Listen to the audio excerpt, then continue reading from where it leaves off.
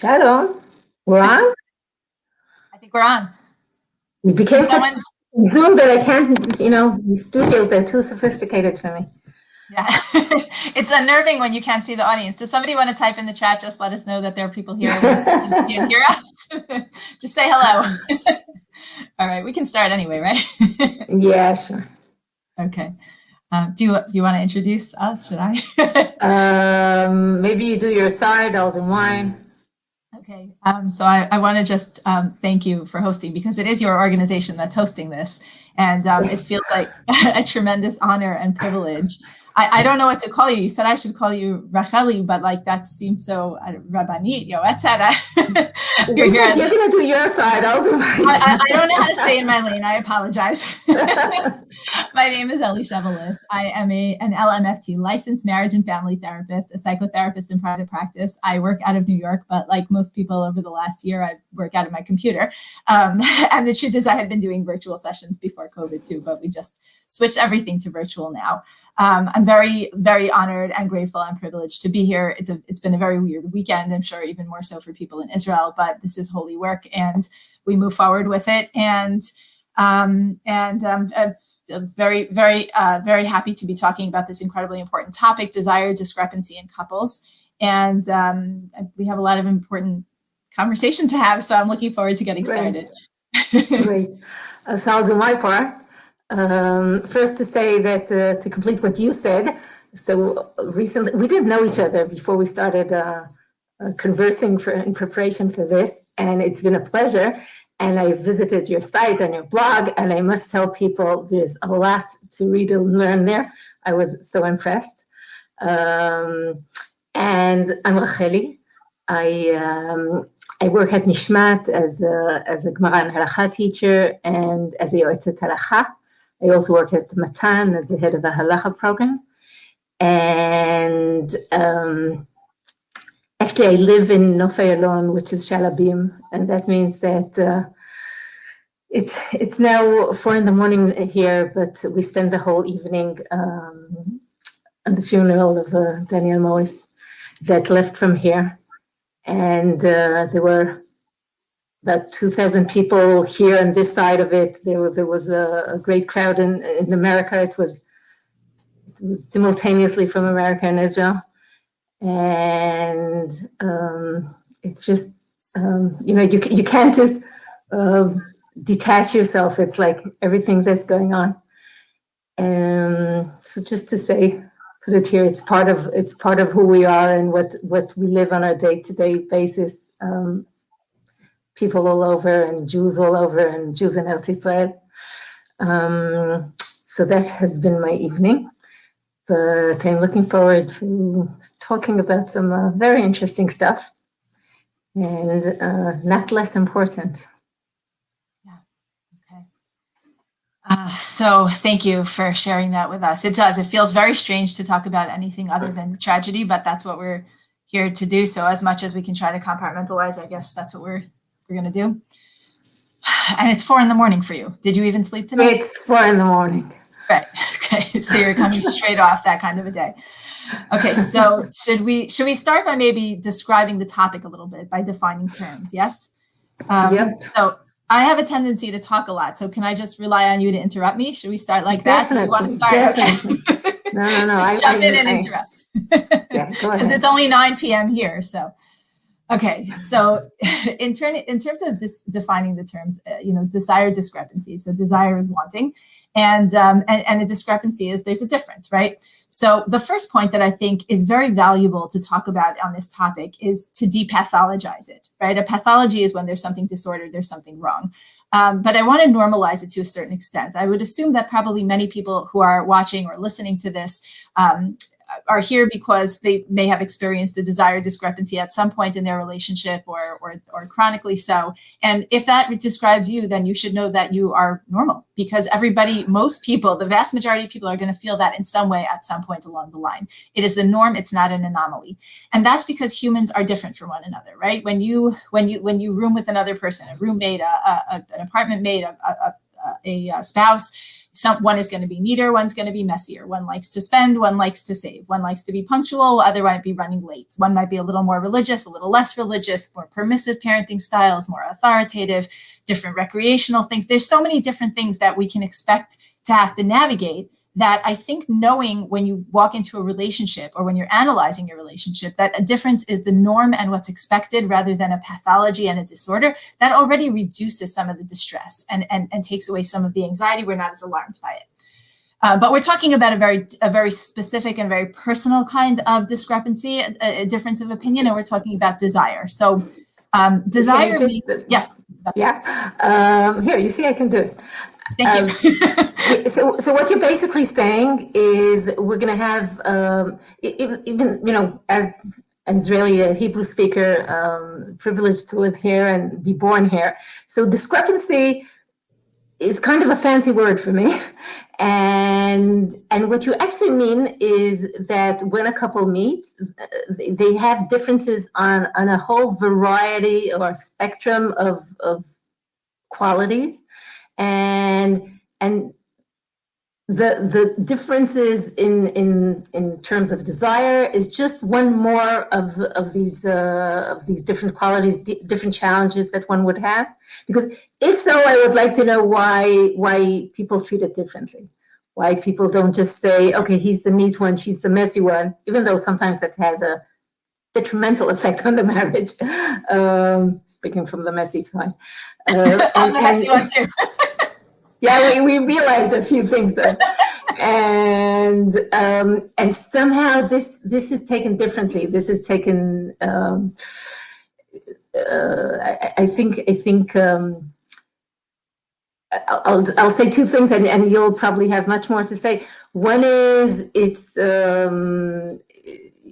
it's related to as much worse or having worse consequences, and something that you don't grow used to, and also people aren't very aware of it as being a dynamic quality or something that changes over life, or that you can make any effort to make better.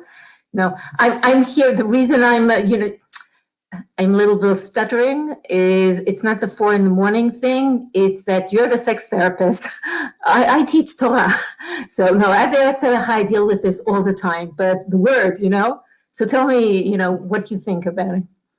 I can't believe you learned English as a second language. I just assumed you were Anglo because you're so fluent. So my parents are originally, Anglo. Oh, okay. I'm the youngest in the family, so the youngest ones don't really. Most Israeli, yeah, you're the most Israeli, yeah. Okay, yeah. So I think you answered your own question. I think number one, it's so personal. If you grow up and you're messy and your sister's neat, so you grow up with this identity of I know I'm messy, and I feel a little bad for my spouse if he or she is not going to be that messy, and you kind of are prepared for that reality.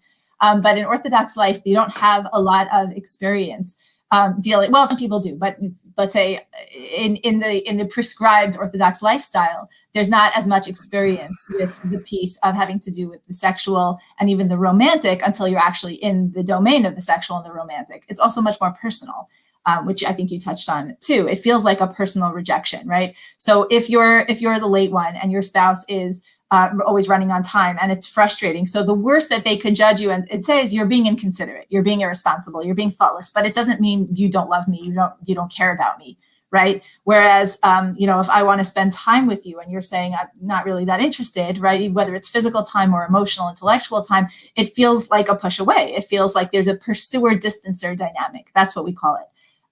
Is a lot of our audience Israeli? Should I slow down my English and talk slower? I think we're mostly English speakers. It is for you. Right. Okay. Yeah. So I think that's a big piece of it. I think there's also a lot of shame associated with both wanting more than the other person feels comfortable giving or saying no, specifically in the area of emotional intimacy and physical intimacy.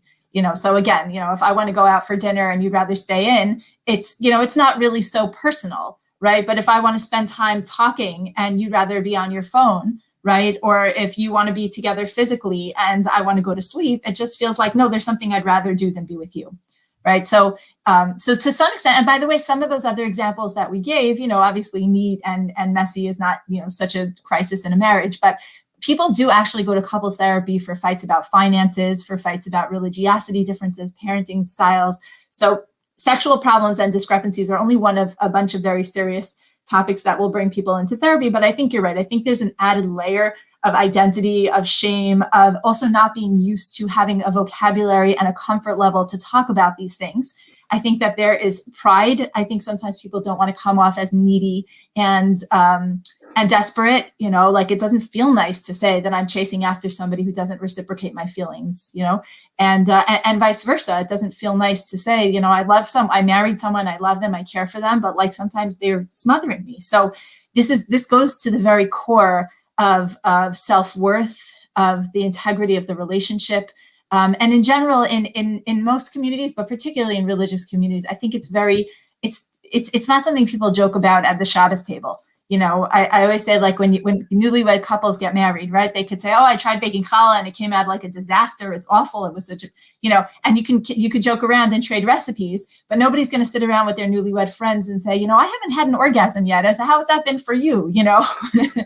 And so when you have this like shrouded, is it okay if I'm explicit like that here? I don't know. Oh, here, definitely not on the Shabbos table.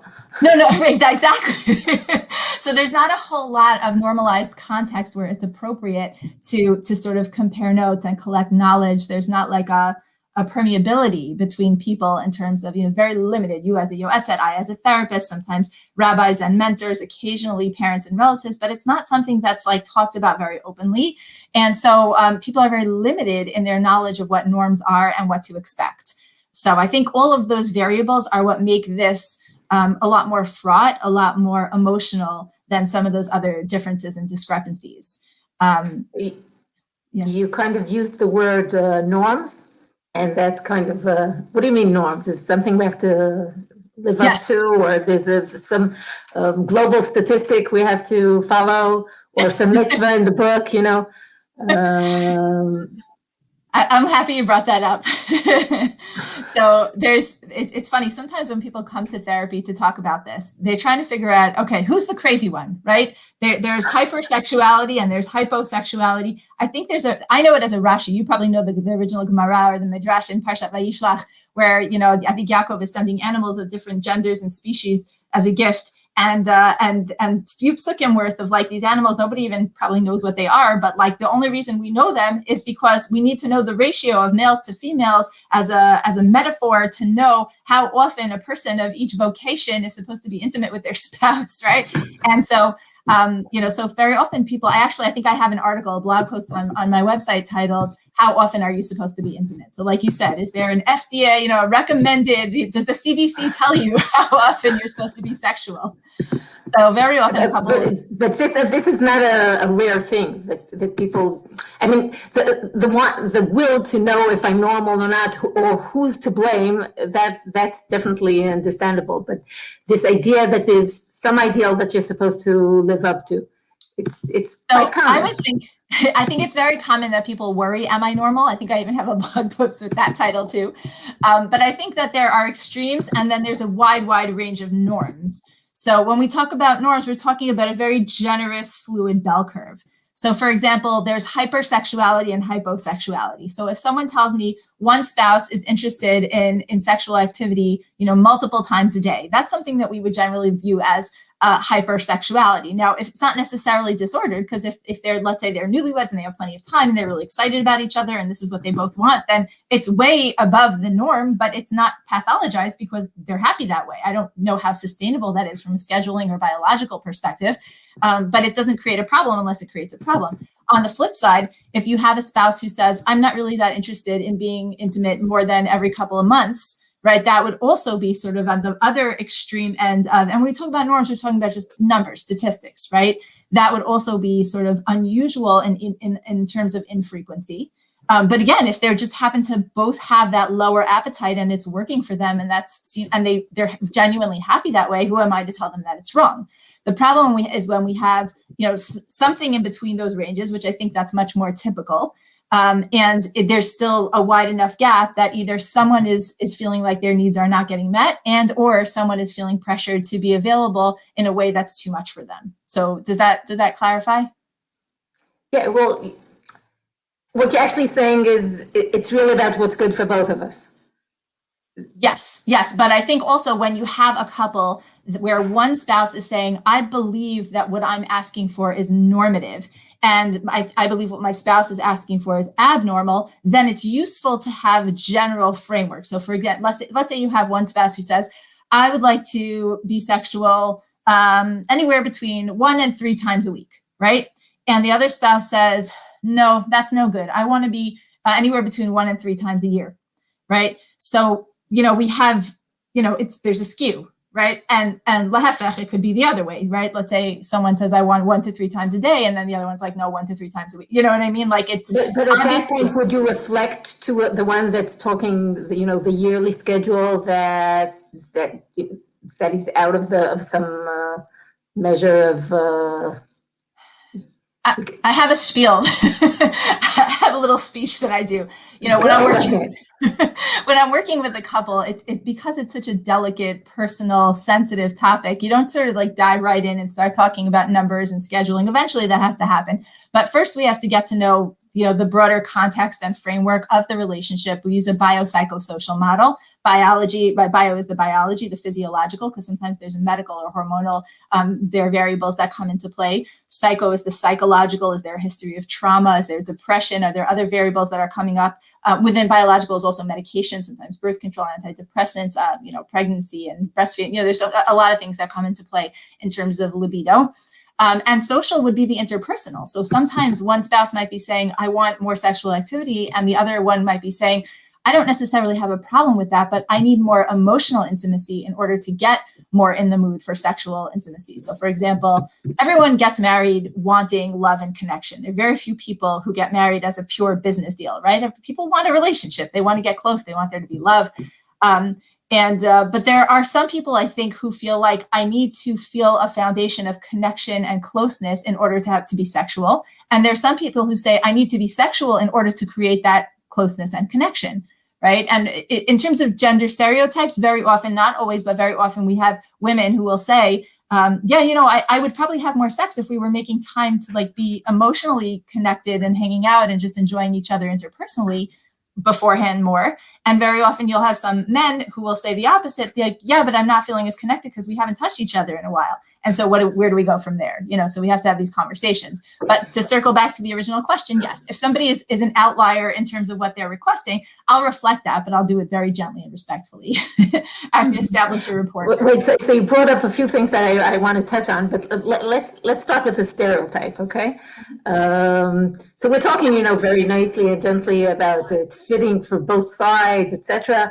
But the stereotype is that men complain about their women not wanting enough or not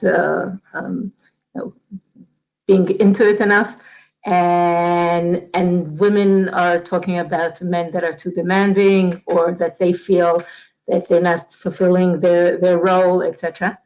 As a side comment, it's not a side, it's a major comment, but I'll talk from the Torah side.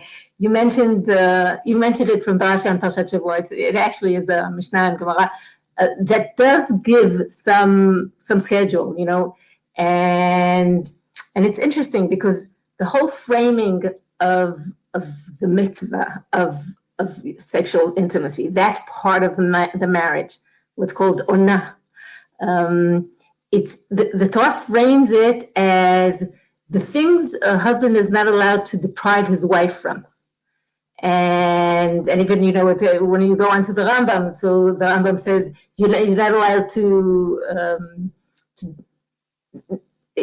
not to help your wife rejoice, whatever. It's like on the negative side. This is what you're supposed to do to satisfy your wife, and if you refrain from doing that, if you don't fulfill that expectation, you didn't do mitzvah onah. Now that framing is very interesting because actually the obligation and obligation is one part of it, and when we talk about obligation, we always talk about something that's mutually consensual. Yeah, did I use the right? Yes. So we're talking about obligations in the marriage. In other words, expectations of the different sides. Some of them are financial, some of them are, what people do for each other. And as far as sexuality, we talk about obligations, but actually we're talking about things that are mutually desired. And the framing of all of that is in the language of the obligation of the husband to satisfy his wife. Now, it's weird because really it's all much more symmetrical than that. A wife that would refuse forever to be with her husband would be a moredet, and a husband that would refuse to be with his wife would be called a mored. It's the same thing as far as that. But somehow the choice of the Torah to phrase it in that way, it might be talking, trying to correct some stigmas. I think one of them would be this idea that sexuality is all about fulfilling men's desires, and that the woman would hardly have any interest, or is not a very sexual being, or et cetera, et cetera. The other is the setting of sexuality as something you take, something you provide, or something like that.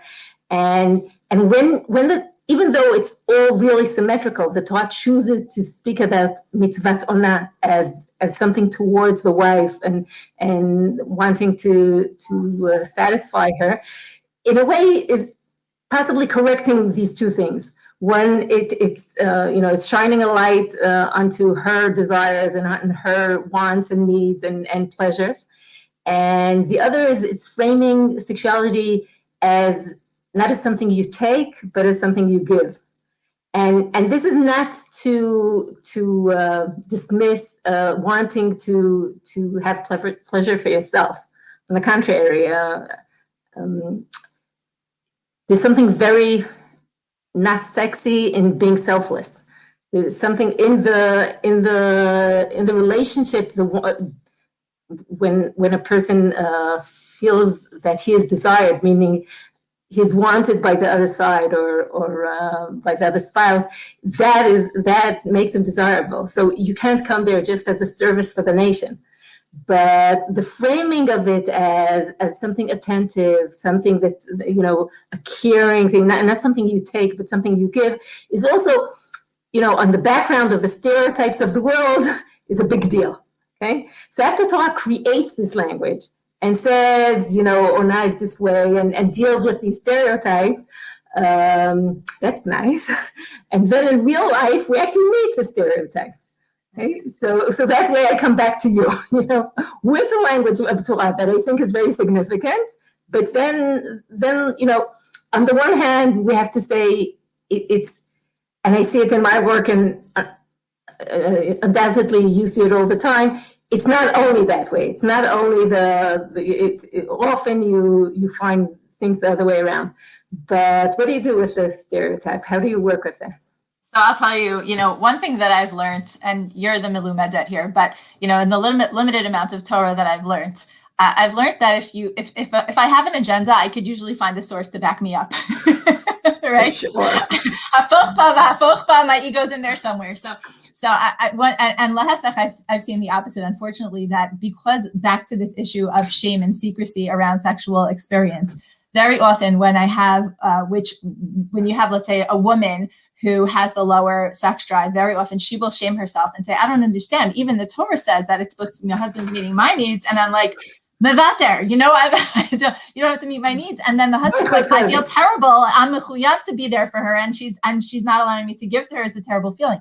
On the flip side, right, when you have a couple that is where the husband is the lower sex drive and the wife is the higher sex drive, right? So he feels emasculated, like, you know, everybody seems to think that men are the ones who always want it. And the wife is like, I don't know what's wrong with me. I'm not like this, like, tsunua, edel, sweet, just waiting for me, you know, but like able to play hard to get. So people find ways to shame themselves in both directions. I can easily see how, this framework that I try to show, that is very powerful and beautiful. I think it does correct something in the world. Okay, could just add another layer of to people's hardships and to people's inner cheshbonot. We're very talented with so yeah, guilt and shame, and it's all out there. People can beat themselves up. I love Shir Hashirim because I feel like Shir Hashirim shows a lot of the mutuality in pursuit, right? Like they kind of take turns running after each other, and it's like like lahavdil, like a typical like romance story. Like, you know, when I wanted, you weren't there, and then I ran running through the streets looking, and I went to open the door, and you know, it's so dramatic. But there's mutuality, you know, and I think that actually does reflect a lot of what goes on in these different layers of desire. So let's say at the wedding, right? There's Gila, Rina, Ditza, Chedva. There's so many different ways to express the joy and pleasure that a couple has with one another. And I was even thinking in terms of, and again, I want to step into the realm, but even in terms of how many different words in Lashon HaKodesh there are for desire, right? Like ratzon, ta'ava, she'ifa, teshuka, chesed. I may be using some of them wrong, but I think that there are just so many layers of what people feel. And so very often when a couple will come and say that one has more desire than the other, we look at what I call what the literature calls attachment styles. And so the attachment styles are typically classified as anxious, avoidant, and secure. Anxious would be like, let's say they usually look at they study babies, right? Babies and toddlers, right? If the parent is with the baby and then they walk out of the room for a minute, and then they come back and the baby grabs onto the parent and won't let go, that's called anxious attachment because I'm scared you're going to leave me. I need to grab hold. Avoidant is, let's say the parent walks out of the room, the baby starts crying and fussing, and the parent comes back and the kid's like, you know, I don't want to be near you anymore. I'm mad. You know, I don't need you. I got this. Right? You can't fire me. I quit. Right? And then ideally what we're looking for is secure attachment. Secure attachment is the knowledge that the parent comes, the parent goes. Sometimes the parent could hold you. Sometimes the parent's busy doing something else. And I know if the parent wants to hold me, that's fine. I can enjoy that. If they can't, then I'm okay too. And this translates into intimate love, you know, significant other relationships also. And there's a therapist writer whose work I admire, whose name is Dr. Dan Weil, and he kind of translates these attachment styles into confrontation styles. So if we're having an argument, we're confronting a topic, and he looks like 3 different ways that people will address it. There's adversarial, which is more belligerent, contentious, like picking a fight. Then there's avoidant, which is actually even the same word as the emotionally focused therapy model, which is like, I don't want to deal with it, but I'm kind of going to give you the cold shoulder. I'll be passive aggressive. I'll avoid you. I'll be busy on my phone, like just kind of like standing off, which doesn't mean that I'm not craving your love. It means that I'm showing you my hurt by withdrawing, which is where desire gets interesting, right? And the last way he talks about, which is always going to be the ideal one, is what he calls collaborative, right? And so what we aim to do in couples therapy and even outside of couples therapy and healthy relationship building is to collaborate. To collaborate means like put our heads together with empathy, with communication, with respect, with holding space for my perspective and your perspective, my feelings and your feelings, and say, okay, these are my needs. These are my sensitivities. These are my wounds, right? This is what I would love for our relationship to look like. Tell me about your perspective. Tell me what's going on for you. And when a couple can kind of take ego out of the picture, not feelings, right? Your feelings could come to the picture, but ego out of the picture and sort of say, this is what's going on for me. Tell me what your needs are. Tell me what you're feeling in this moment. Then we can sort of start to bridge that gap and figure out a way to get more people's needs met more of the time, if that makes sense. Can I ask you something about avoidance? Okay. Of course. My impression is that often, maybe mostly women stereotypically, but not necessarily. I think might be true for men too, and that it's not being said, would be very, very happy, very satisfied, not in the complete sense of satisfaction, but fulfilled with cuddling, with hugging, with intimate talk, with sleeping hugged together, and it often, mostly women, but not only women, would avoid all of these beautiful satisfactions because either they think that if you start, you have to go all the way, and this I have something halachic to say about it, but it's all right, or they're afraid that they're signaling that they want intercourse, and sorry about that, and they'd rather miss out on all these sweet relationship opportunities than take the chance and being led to places they're not comfortable with right now. And in some of these cases, yes, the sweetness might lead on if you warmed up and you became interested. But this idea that it's a one-way street, I feel like it creates so much avoidance, and people and couples are missing out on wonderful parts of the relationship. I wonder if that's your impression too. Yeah, that's something we see a lot actually, is that again, I'm always like a little bit nervous to bring in gender stereotypes, but there is a reason for them, which is because very often they're true. And if they're not true, that's fine too. Statistics tends to be, and most so, of the time. Yes. And I think that there are a lot of couples that are missing out on what we call affectionate touch and sensual touch. There are gradations. I have something that I do with a lot of my couples, specifically women who are feeling disconnected in a physical way. I call it the intimacy comfort questionnaire. And we go through gradations of intimacy, starting from verbal language intimacy, hearing your spouse say, I love you, and saying, I love you back, sitting in close proximity, holding hands, going to affectionate touch, rubbing each other's backs. Then we move towards sensual touch, just kind of like caressing and stroking in ways that are asexual. Then we move to more erotic touching, and then we move all the way to, towards genital touching and intercourse and, different kinds of sexual pleasuring. And so this is homework you give them? It's actually a questionnaire that we do in session together because we need to analyze what's going on for the lower libido spouse at each point of the journey. And mashal that I like to sometimes give is that, when one spouse is focused very much on the climax, on the orgasm, right, on the grand finale, which doesn't have to be the end, but okay, so it's, but for a lot of people, that's what it is. It's like, imagine you go on a hike, right? So there's like, let's say 2 types of hikes. There's a hike where you have a mountain, and the mountain is kind of boring, right? You're just kind of climbing the rocks, but you want to climb to the top of the mountain because when you get there, there's this gorgeous view and this beautiful place to sit, and you just enjoy the top of the mountain. That's one kind of hike.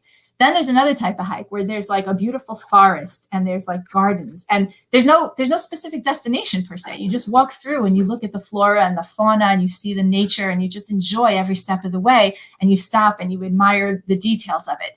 And so I think like the first would describe someone who's very fixated on like getting to intercourse. But there's so much more about sexual pleasure and emotional intimacy and connectivity and touch. And, particularly for the spouse who gets less pleasure from the intercourse and more so from the foreplay and the outer course and the pleasuring and the connection. And so, to sort of train couples that it's a wonderful skill for marriage to be able to look at sexual activity and touch in general as that second type of hike where you're just walking through a beautiful landscape rather than just a ride to a destination, trying to get where you have to go as quickly as possible. That's not to say that there's no space for a quickie. There's something nice about being able to say, it's late, we're tired, but one of us has an itch and let's go for it. We'll make it fun. We'll each give each other an orgasm. We can make it quick. And that's fine. That's fine too. But that's like snacks. I wouldn't make a steady diet of that, and so I forgot your question. So the question was about avoidance, and I'll make it more specific. Oh, sorry. Yes, I didn't even answer it. It's like a trap because the side that avoids thinks that the meaning of anything they'll play along with is interpreted a certain way by the other side, and which is not necessarily true, but it becomes the dynamic. And if there's an opportunity, so it has to go all the way because the launch sequence was so rare that you'll agree or whatever. I can't waste the opportunity. How do you break that dynamic? Yeah, I actually have 2 articles on that. I have 2 articles on that. One is titled "How to Touch Your Wife: A Guide to Perplexed Husbands," and it talks about how the difference. That's the nod. And another one is called intimacy versus sexuality. You know, in a lot of Orthodox circles, we'll use the word intimacy as a euphemism for sexuality, but I actually don't love that, because there's so much more to intimacy, emotional and physical, than just than sex.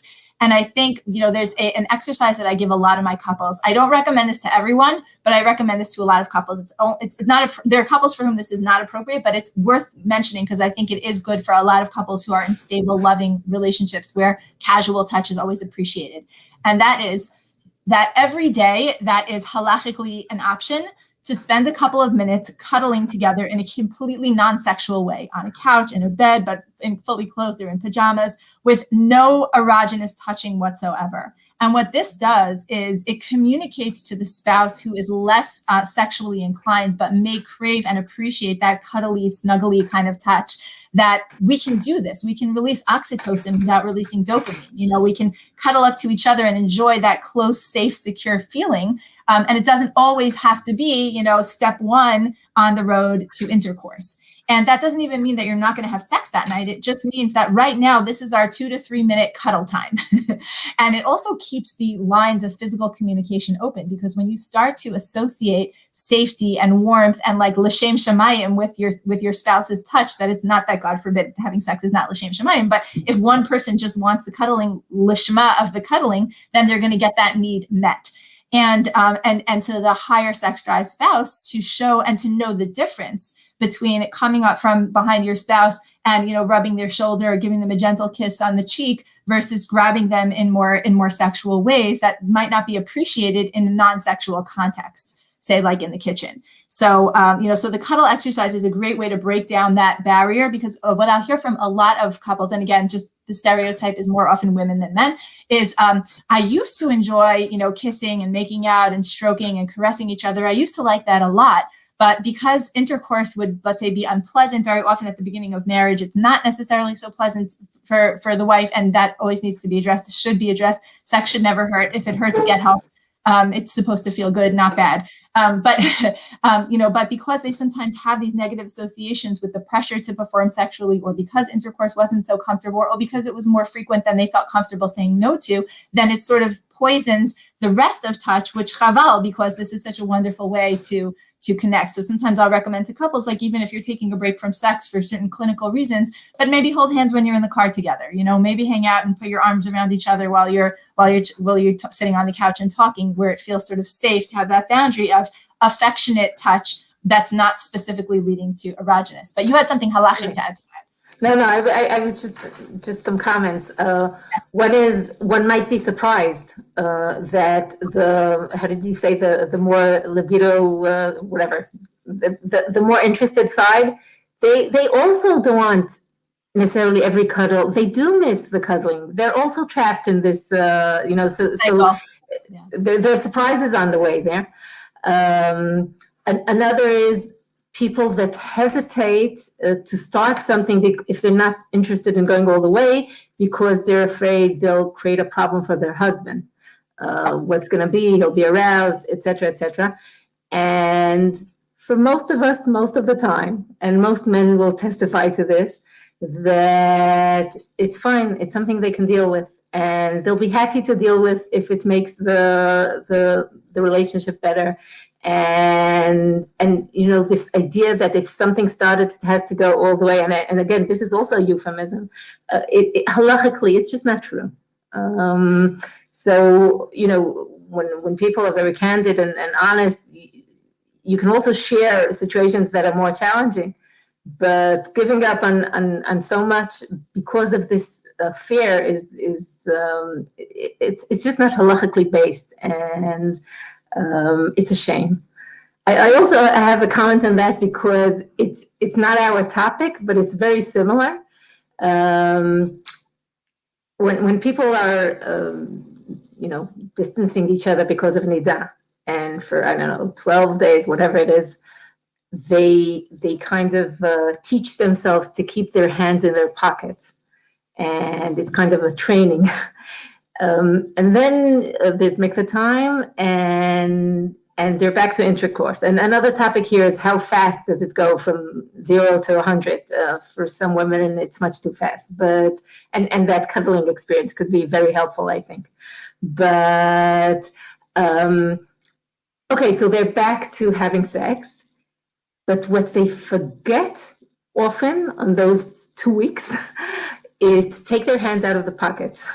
That means they will go to bed together, but when they walk next to each other in the kitchen, they won't have this, this nice strike on the shoulder or the sweet tiny kiss, and these little sweet things that they originally did, but after they worked so hard to train themselves not to accidentally touch each other when you're not allowed, so they do remember to get back to intercourse, but they forget it's all about we forget all these small sweet things that make life so much closer.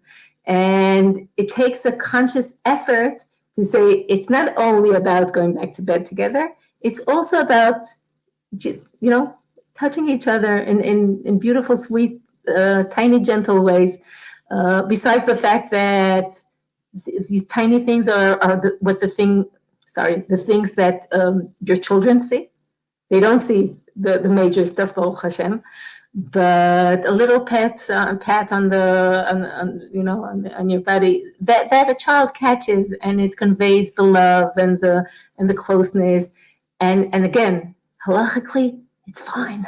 It's desirable. It's good. So those were just comments on the topic. It's beautiful. It's so important. And that happens to be like part of the progression from verbal and intimacy and casual touch. Sometimes, you say like, oh, they used to do it, but they fell out of the habit. I actually meet a lot of couples who never even got into that habit, because if they were not touching the opposite gender before they got married, right? So they grew up almost with their hands in their pockets, right? Right. And so sometimes I need to prescribe that. I have to say, you know what? Forget about what's going on in the bedroom. When you walk past your spouse, squeeze their shoulder gently, give them a little kiss. Like, we have to sometimes like choreograph this into a routine, like from the get-go. But certainly, yes, even people who do it organically at the beginning, when they're feeling that limerence, when they're feeling that initial like romantic excitement, it can fade, especially like you said, when you're turning it on and off. So that for sure is a really huge point. Also, not giving it legitimacy, but we do see couples that did touch each other before they got married, and going into the marriage, they accept the full halachic framework, and that's really beautiful, especially for people that were, challenging the rules before. But then often the women, okay, back to the stereotype, are surprised that they had such a good time before, and they were so full of desire before, and often they were the one, initiating touch, etc. And now that they're married, where did it go? Why don't they feel? Do I not like him anymore? Where did I become less sexual? And I'm sure you have a lot to say about that, but one thing I'll emphasize that you said already is sometimes difficult experiences, it's in the beginning, but it can go on for years. And people don't know that sex is not supposed to hurt, and people don't know that it could really, really, really be treated. And people don't know that it's not only the first, second, third time, it sometimes lasts for quite a while. And somehow that came in the way of enjoying all the stuff she enjoyed earlier, and a couple of other things. But now I'm the one that's talking.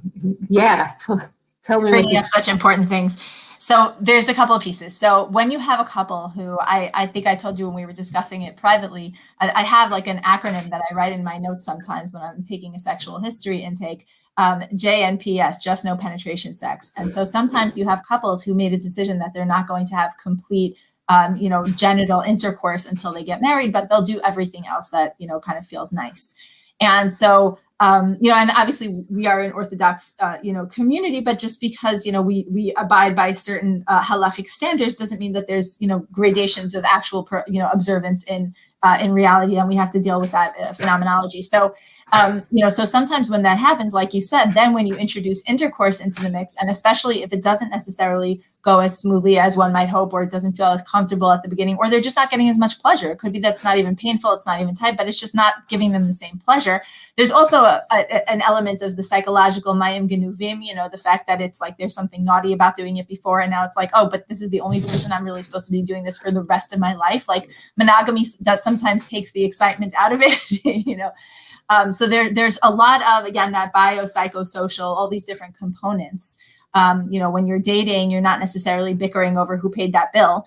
All the extra responsibilities and mundane, the quotidian stuff comes into play. So there's, I'm sorry, I keep quoting my articles, but I just have so much free content on my blog. So I want people to know that they can avail themselves of it. There's one that's titled, "Why Am I Not in the Mood? 7 Reasons for Low Desire." And so a lot of that has to do with this. But I think an important question that we have to look at, if one spouse is saying, like what you were describing, like, oh, I'm nervous to get started with even like kissing or cuddling or being playful with touch because I don't want to give them the green light to go all the way. Well, why don't we want to go all the way? Okay, so maybe not every day, that would be excessive, but is there something going on in the realm of erogenous sexual intercourse, part of the activity, that's not working for you? And being able to have the comfort level, or I should say override the discomfort, to be able to talk about your genitals with your spouse. I mean, there are so many people who just don't even know how to label the parts of their genitals and what they're feeling when they're touching and being touched and being stimulated, and what feels good and how. And so that's something that a lot of people in a position of mentorship, whether it's, I would imagine yoatzot have this role sometimes, and college teachers, and certainly therapists who do interventions when sex isn't working the way we want it to, which is mutually pleasurable, and sort of say, okay, there's definitely room for, and not just room for, value and merit to touching for touching's sake, where it just stays affectionate, G-rated playfulness.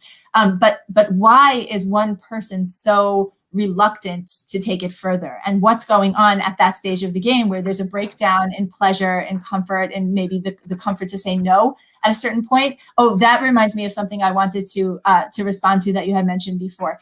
When, women or men, in either case, have this anxiety about like how far is too far before you kind of like set off the launch sequence and you can't turn back anymore. So very often what I will suggest to women who have this religious concern is to say to their spouse, like, let's say their spouse invites them for a night of lovemaking, and they're not sure how they feel about it, right? They don't for sure want to say no, but very often they'll say no because they don't want to tease, right? So you could totally say is, honestly, I'm not really sure if I'm in the mood, but why don't we take it slow? Why don't we get into bed together and just kiss and make out a little and see how it feels? And I'll let you know how I'm feeling, and we'll communicate along the way. And I think that most, and you can assume that he'll enjoy the way, not only it's not like I'm here for the ride, but he's there for the view. It's people are happy to, Yeah, why can't it be that you're walking through a beautiful mountain or a beautiful forest and there's a pinnacle, right? Like you could have both. It doesn't have to be only one or the other. But I think that in terms of worrying about the zera levatala piece, if you tell your partner, I'm just not sure, then they can calibrate themselves. They know we're not headed for sure in that direction, and they know their bodies by now. They're adults. And so they can do that. And then when you go ahead and give that green light and say, no, I'm really enjoying this, is fun, let's just keep going, then they can get more excited and really, and go all the way with it with you. But I think that a really important question to ask is like, why is one spouse feeling so reluctant to the idea? Is it just too much frequency? If it's too much frequency, that's a conversation to have, right? If the type of touch that's happening in the genital areas is not comfortable, if it's too rough, if it's just not the right feel, if it hurts, if it's painful, all of this can be strategized, and there's technical advice that they can get and emotional support that they can give each other, but they can only do that if they're willing to talk about it. And these are not always easy conversations to have, but they are so worthwhile, because this is your partner. You should live and be well for a really long time. Part of being in an intimate relationship is being able to be intimate, intellectually, emotionally, physically, even spiritually. Like there's different gradations. When we talk about sexual engagement, I always try to teach about interest, desire, arousal, orgasm, and pleasure, right? Interest is in the head, how we think about it, how we strategize, how we dialogue, how we figure things out technically, right? Desire is in the heart, that wanting, that feeling, that closeness that starts way outside the bedroom, right? Interest, desire, then arousal, that awakening in the body of that pleasure that you feel in your extremities, that you feel all over your body. It's a tingly sensation, and of course in the genitals as well. And then there's an orgasm, right, which is a very discrete, specific genital experience.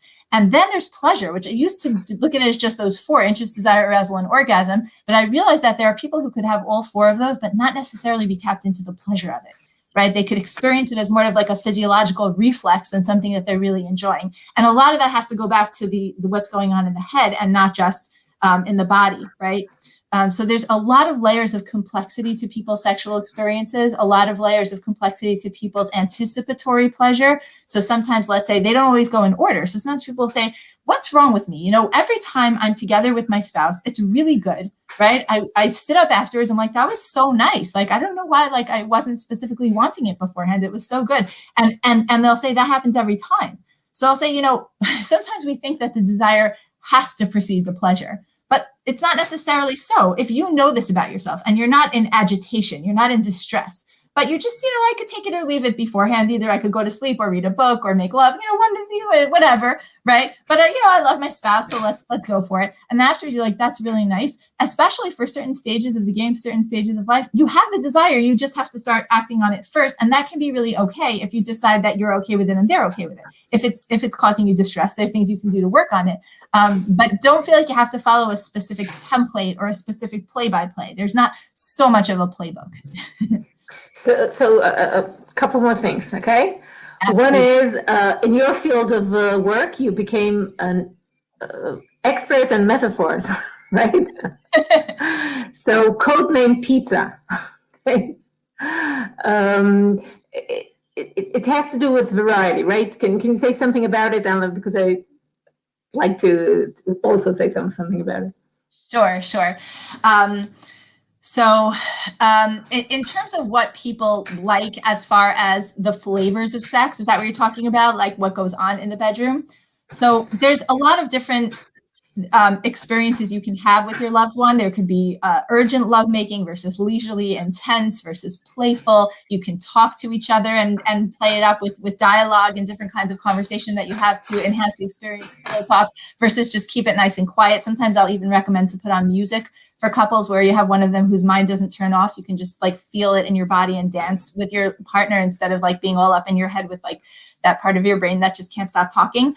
You know, the foreplay focus and the outer course and different kinds of oral stimulation as opposed to just like, you know, heading to the orgasm. But what I will say, and I think I mentioned this to you when we spoke, another one of these metaphors that I like to use is jogging, you know, when we're dealing with desire discrepancies, right? So let's say you have two people who want to go jogging together. They want to jog as partners, right?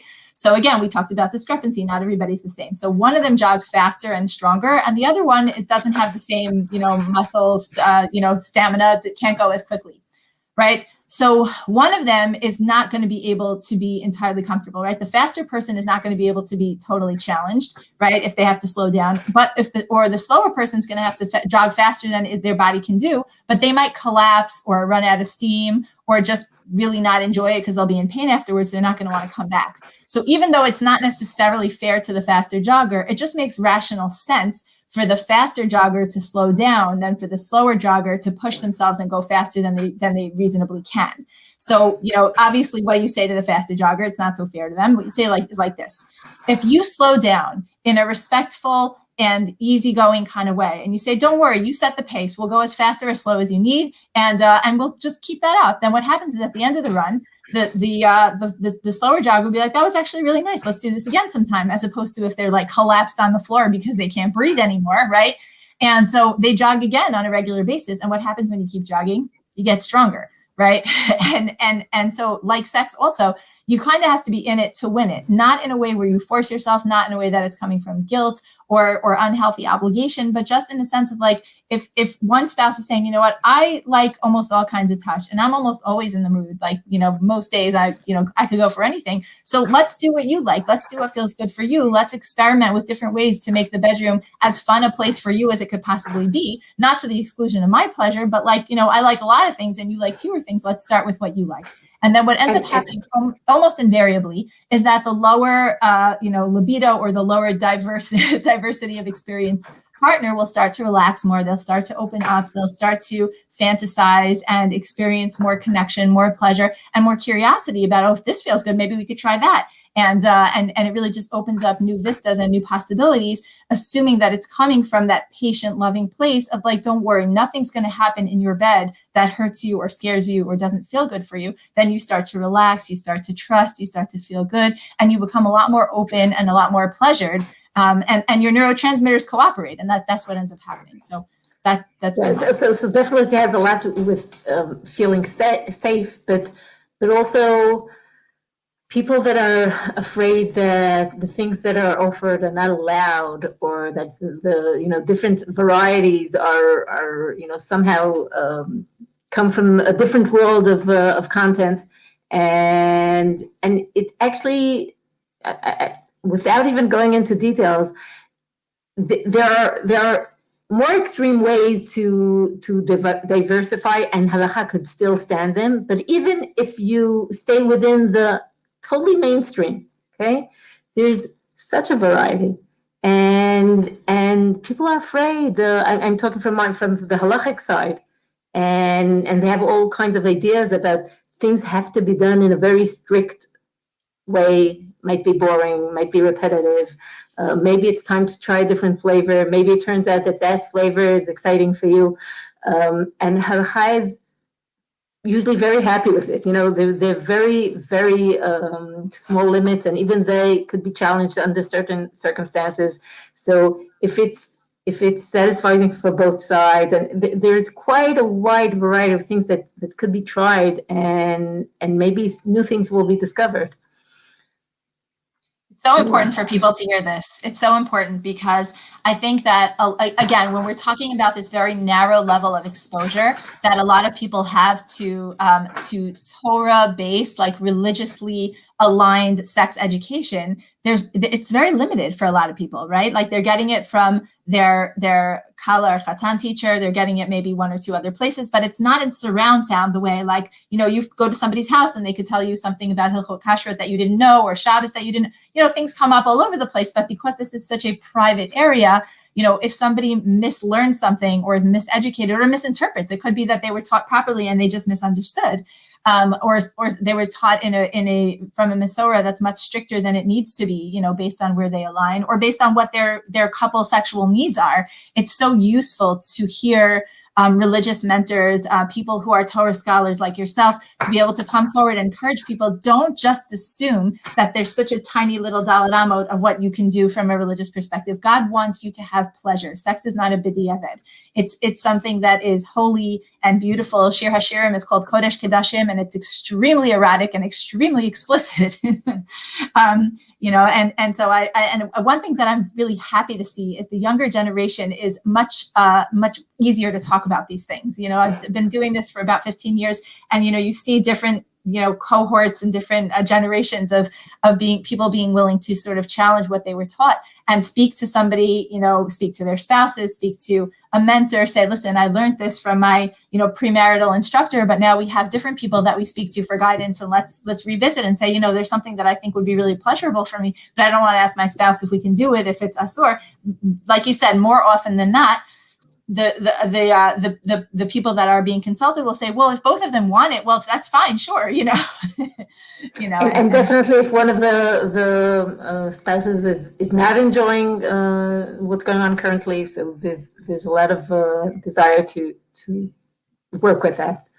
Yeah, it's such a priority. It's such a value. And as you said, it's a gift of Hashem to the world, and we're supposed to enjoy each other. You're supposed to do it in a, as you said, within the right context, and why.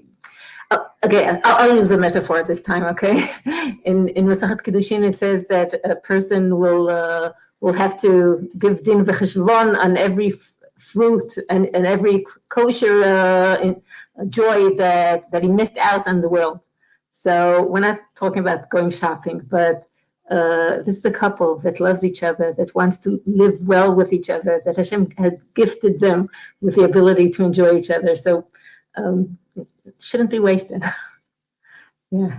Did we run out of time? Is that? Oh, I think we're at the hour point. I didn't see any. Naomi asked me before if I wanted her to allow questions and comments, and I told her that she should ask you, but I think we didn't end up asking you. So, do you want to shoot? If you have to run, I mean, it's like No, I'm not running anywhere. You know. Do you want to open up, Naomi? If you're on with us, do you want to open up to let people ask some questions or leave some comments? Because we didn't. Rachel, did you see anything coming through? I didn't see. I didn't see. Okay, so. In the meantime, I'm just going to let people know because we mentioned my blog. I have on my website. I have a couple of things that are really useful. I have a list of books. There are no questions.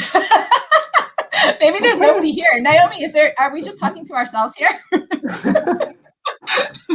We just have such lovely students. But yeah, no, I'm having fun talking to you. Oh, she says there are over 500 people.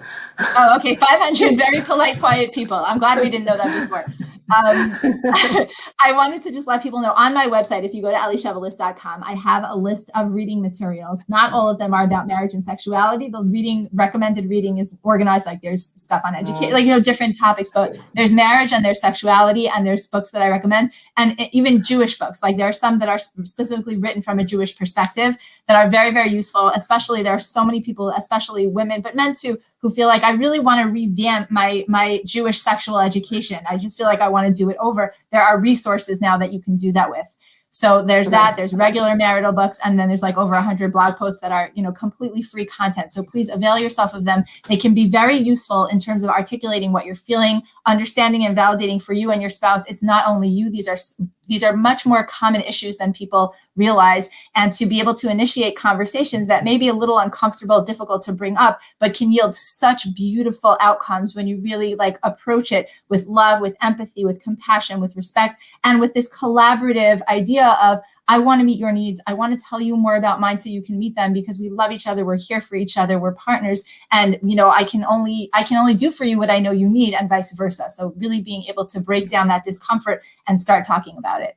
From the halachic side, I'll mention nishmatyatzot.org that deals a lot with nida, but also touches on issues of sexuality, things that are related. And yatzot are available on the hotline and the websites in Spanish, French, English, Hebrew, working on Russian. Such an amazing resource, so amazing, especially for women who are more comfortable talking to women.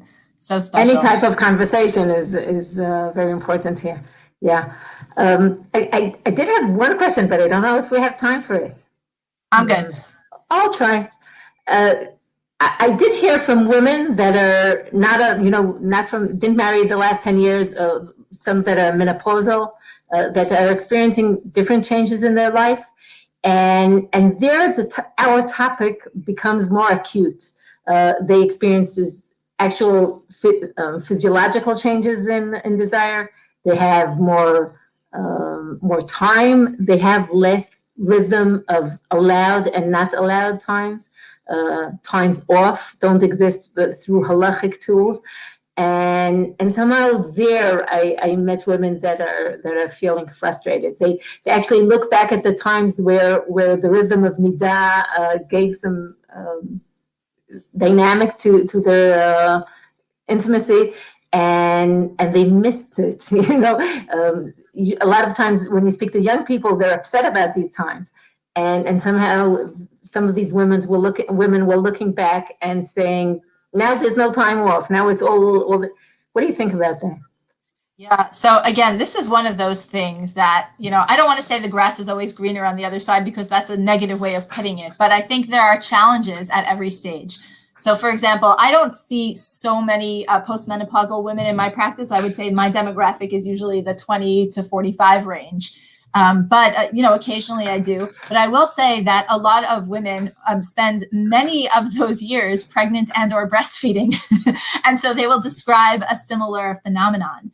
I want to mention a book resource that I actually have not uploaded onto my website yet because it's so new. It's supporting my laptop, so I can't hold it up. But it's a book called Sex Points. by Dr. Batsheva Marcus. She did such a wonderful job. Lena, I'm going to add it to my website so you can see it. She did such a wonderful job collecting a tremendous amount. She is a woman in her late 50s, so she's particularly sensitive to including a lot of information for women in the postmenopausal stage. But what I will say is that there are women who love the ebbs and flows and the rhythm of nida, on, off, the breaks. When you have like a scripted time where you have to be together, then it makes it special and it makes, you make time for it. Another blog post that a lot of people use is the pros and cons of scheduled sex.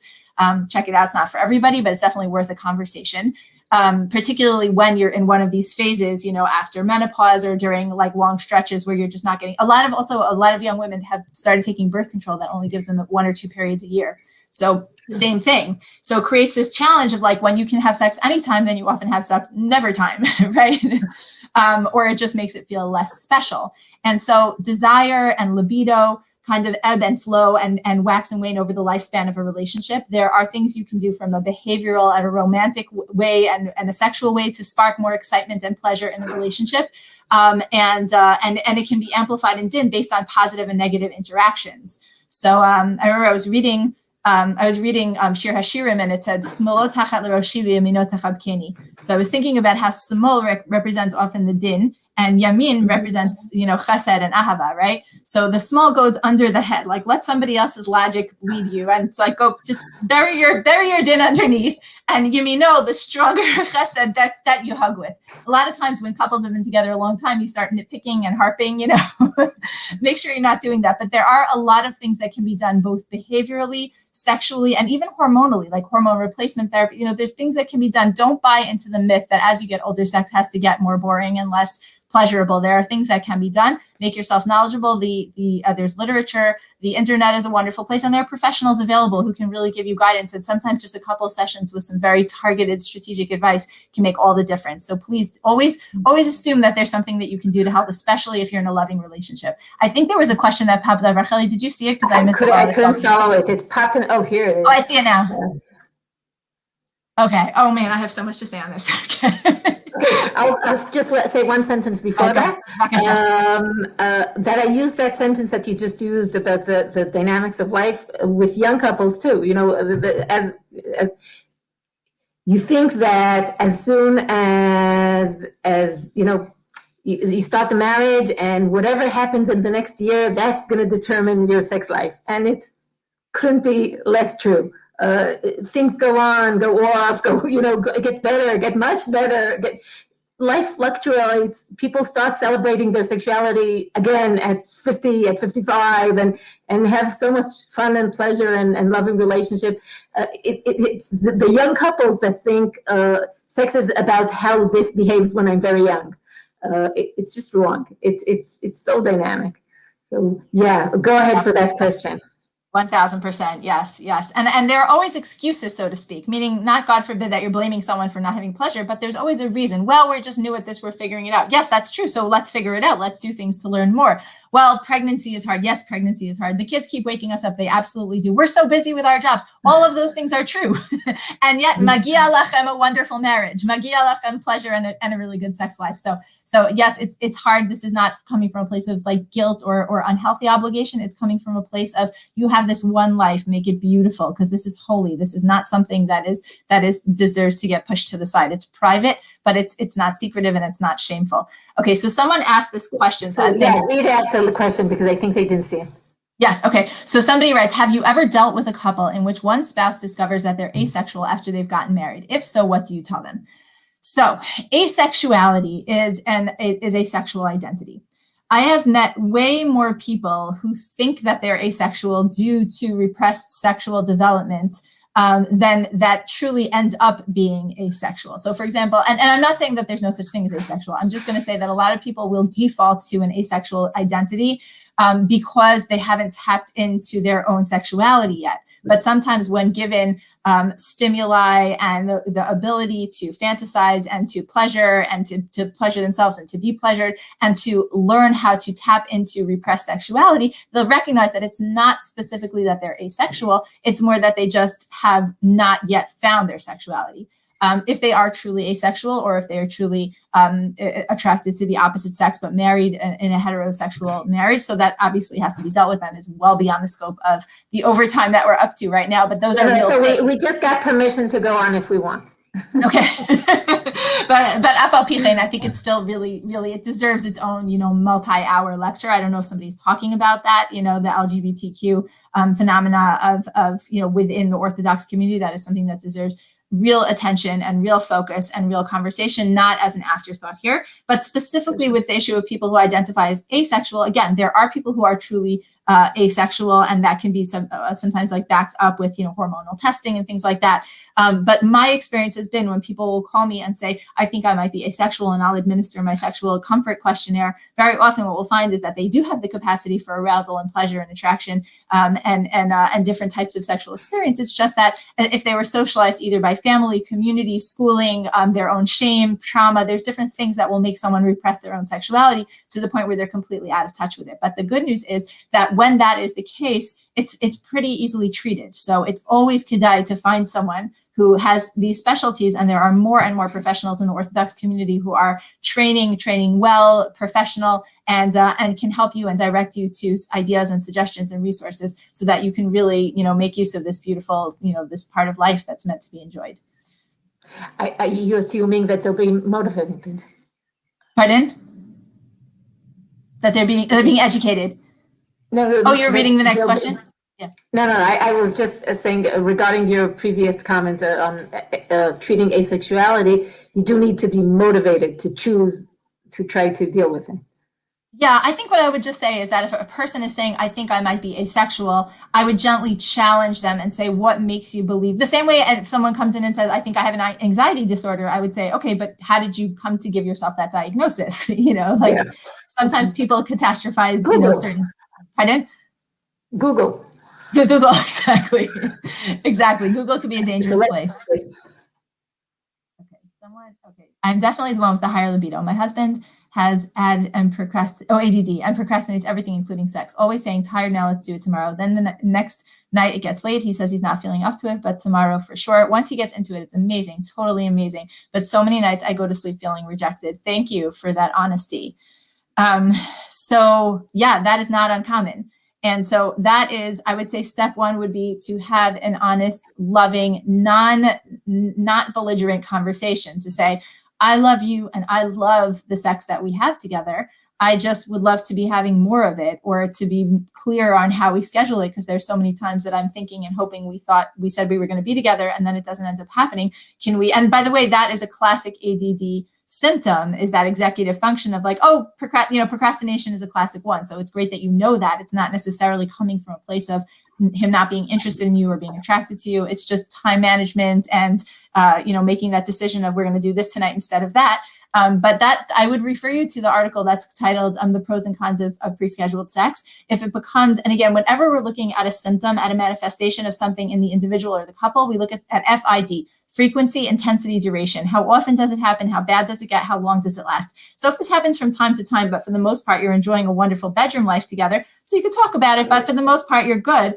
If it's coming up a lot and it's cumulative resentment on your part, you may want to talk to a marriage counselor or with who's comfortable dealing with sexual issues, just to help you guys navigate and strategize in a way that you can get your needs met more, especially since it sounds like there really is mutual pleasure. It's more just about figuring out how to make it work within the framework of your schedule. How to deal with the strong feeling of rejection from the higher libido spouse. Rachel, feel free to add anything. I think I would. Don't worry. I'm not shy. I think I would refer you back to the advice that I gave the question before. Step one, open up a loving, respectful, compassionate, humble dialogue with your partner and say, I love you. I'm attracted to you. I enjoy when we touch each other. I find that I want more often than you. What can we do? Is there anything that we can do to, get more of my needs met? And by the way, having more desire doesn't necessarily mean you need to have more intercourse. As Rachel pointed out so beautifully, there are so many ways for bodies to communicate love and pleasure to one another that don't always have to be sex, right? Sometimes you might think you want sex because you want that closeness that comes with sex. But really, having a 3-4 minute cuddle where you hold each other, maybe kiss and make out a little would fill that need for you. And if not, then again, have the conversation. If the conversation is not fruitful, have the conversation conversation with a professional involved, there are so many things you can do to, think outside the box when you're committed to one another and you really feel for one another. Even just sometimes the process of sharing the feelings in an authentic, empathetic way, even if you don't necessarily solve any concrete, come to any concrete solution, just knowing that they heard you and they feel for you, they validated you, and you did the same for them, could make you feel like, this isn't that big of a deal anymore. We're okay, right? What can single women prior to marriage do to prepare for a healthy sex life? I love that question so much. Rachel, you want to start with that one?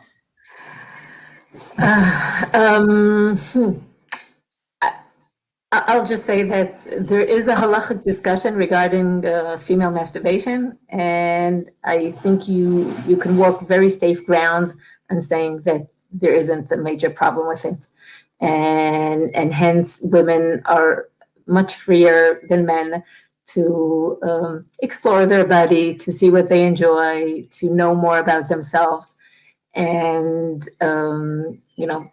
that's like opening a very wide window to their own sexuality. I actually have a blog post titled Orthodox Women and Sexual Self-Stimulation, Self-Pleasuring or something. But so you could read that. But also, I obviously, it's so nice to hear that.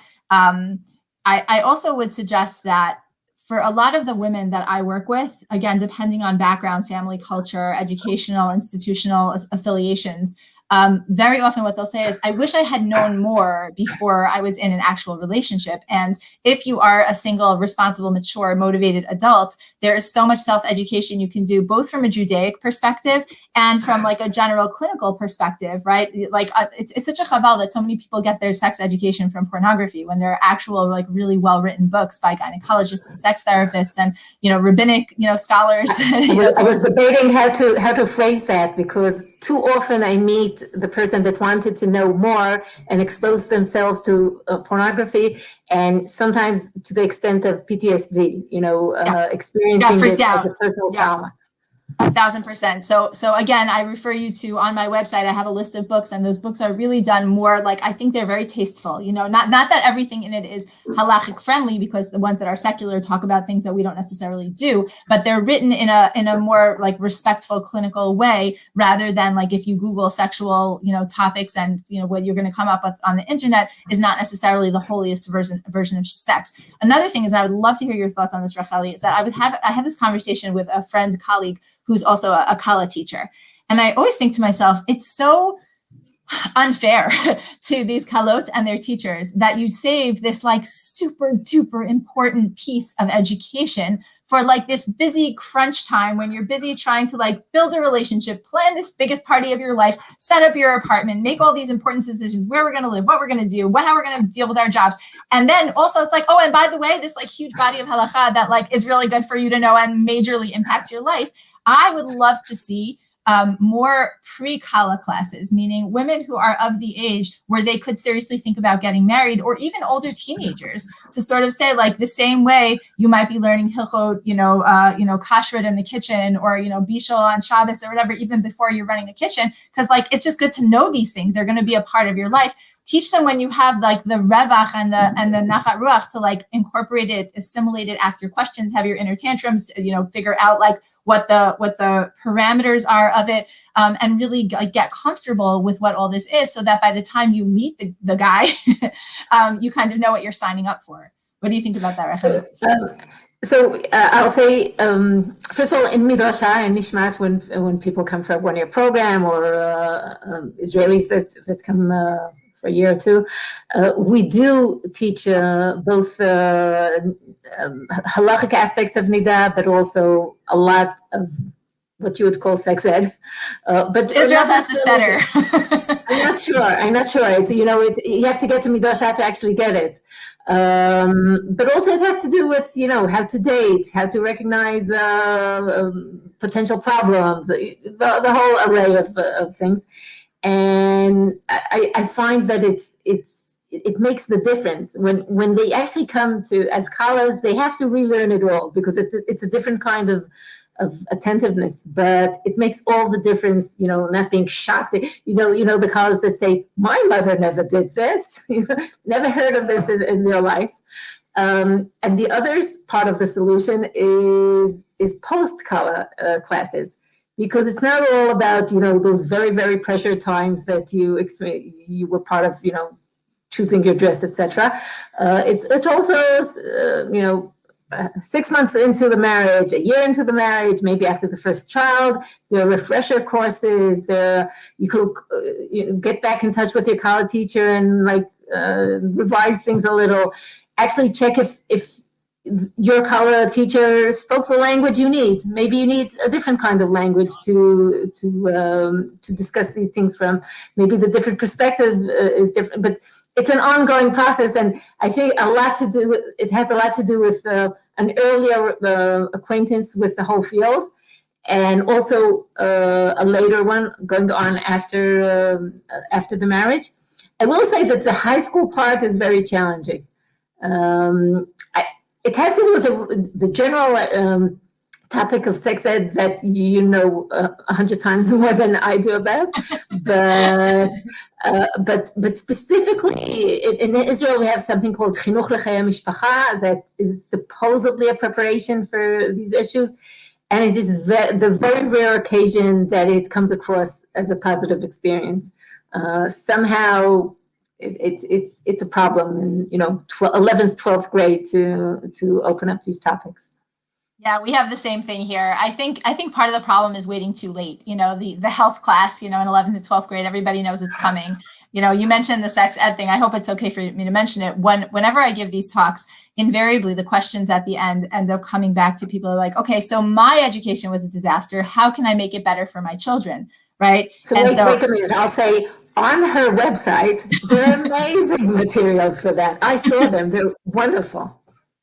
Thank you. So I actually have a course called Sacred Not Secret, a Religious Family's Guide to Healthy, Holy Sex Education. You could see that. I think they're going to be sending out a coupon code if you want it from specifically the Health and Halacha conference. But I wanted to comment on something you said before, which was learning before, well before, learning after, and having it as an ongoing limud. It's not just a crunch in the midrasha or when you're a kala, or even that 1 or 2 awkward phone calls with the kala teacher afterwards. But because this is such a broad and critical part of life, that it should be an ongoing, we read the same Parshat HaShavua every week for so many years, and nobody sort of says well, I did that already. Yeah. We keep doing it because there's always more to grow and more to learn. Another one of these metaphors I always say is learning about sex before you're married is kind of like learning how to swim on dry land. You could tell people you move your hand like this and you move your leg, but till you're in the water, you don't really know what it's going to feel like. And that's why, it's so important to follow up with people that you trust, whether it's the college teacher, whether it's a doctor, whether it's a yoetza, whether it's a physical therapist sometimes, or a regular therapist, or just a different educator who maybe speaks more of a language that you need, or can answer the follow-up questions that you have. But, the more you're willing to ask and learn and grow and challenge, the more you're going to find, and the more, the nicer it's going to be. So I think that's a really, really important point for everybody. Great. And this has been so much fun. Thank you so much for hosting. Such an honor and a privilege to talk to you. Same here. Thank you, everybody, for being here. Okay. Bye-bye. Bye. Good night to you. Good day to me. Good day to you. Good morning.